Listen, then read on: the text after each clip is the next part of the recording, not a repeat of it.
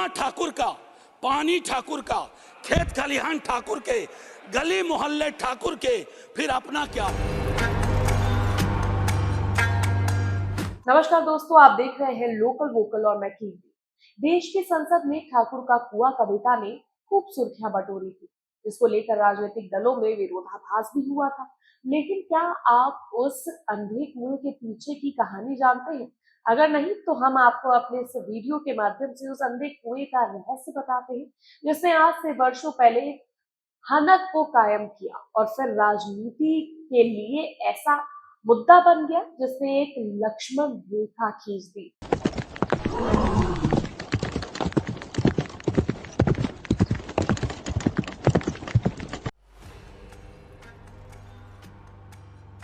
कानपुर का अंधा कुआं जो याद दिला देता है उन रजवाड़ों की जिनकी हुकूमत कुछ ऐसी थी कि उनका मन होता था तभी इस कुएं से कोई दूसरा पानी निकाल कर पी पाता था, और अगर बिना इजाज़त किसी ने पानी निकालने की हिमाकत की तो वो सज़ा का हकदार हो जाता था, जिसकी गवाही बर्रा गांव के रहने वाले कुछ पुराने लोग हैं जो उस हकीकत को बयां करते हैं। यहाँ के लोग बताते हैं कि इस कुएं को ठाकुर समाज के लोगों ने बनवाया था, जिनकी ज़मीनों की संख्या एक बड़ी तादाद में होती थी, जिसको लेकर एक जमींदारी प्रथा भी चला करती थी, जिसमें ज़्यादातर संख्या में ठाकुर समाज के जमींदार हुआ करते थे। जमींदारी चलती थी तो जमींदार लोग क्या करते थे, खेतों में किसानों से काम कराते थे। तो किसानों जब काम कराते थे तो उनको प्यास भी लगती है, तो प्यास जब लगती थी तो वो पानी पीने यहाँ पे आते थे। इसी वजह से ठाकुरों ने यहाँ कुआं खुदवाया हुआ था। अब धीरे धीरे करके सब काम कम हो गया खेती का, यहाँ पे सब पूरा शहर बस गया। जो अपनी ज़मीनों में कुछ मील की दूरी पर कुएं का निर्माण कराते थे, जिसका मुख्य उद्देश्य ये भी होता था कि खेत खलिहान में काम कर रहे मजदूरों को पीने का पानी उपलब्ध हो सके, मगर सिर्फ उनकी मर्जी से। हाँ, वही बनवाते ही थे।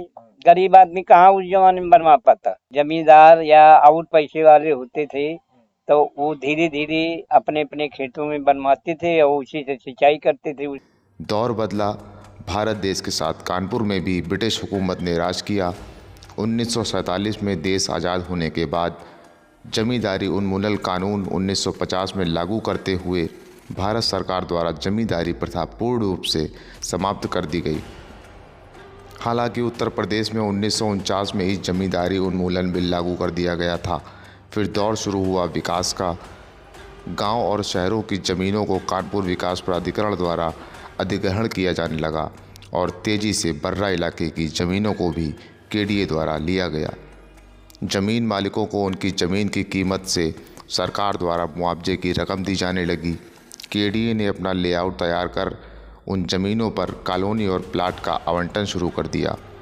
आसपास बिल्डिंग और प्लाट का निर्माण भी तेज़ी से होने लगा, लेकिन ठाकुर का कुआं अपनी जगह पर ही रहा और केडीए ने भी उसको हटाना उचित नहीं समझा।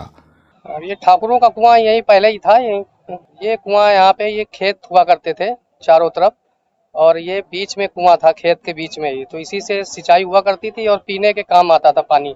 इसके बाद ये कानपुर विकास प्राधिकरण ने यहाँ रोडें बना दी और ये मतलब प्लाटिंग कर दी जो है, और इसके बाद ये सब मकान प्लाट बन गए और ये रोड बन गई। रोड बनने के बाद इसमें कुआं जो था ये बीच रोड में आ गया जो है, और इसके बाद ये बराबर था कुआं रोड के, तो यहाँ आते जाते लोग जो है इस कुएं में गिर जाया करते थे। इसको जो है अंधा कुआं नाम दे दिया जाए।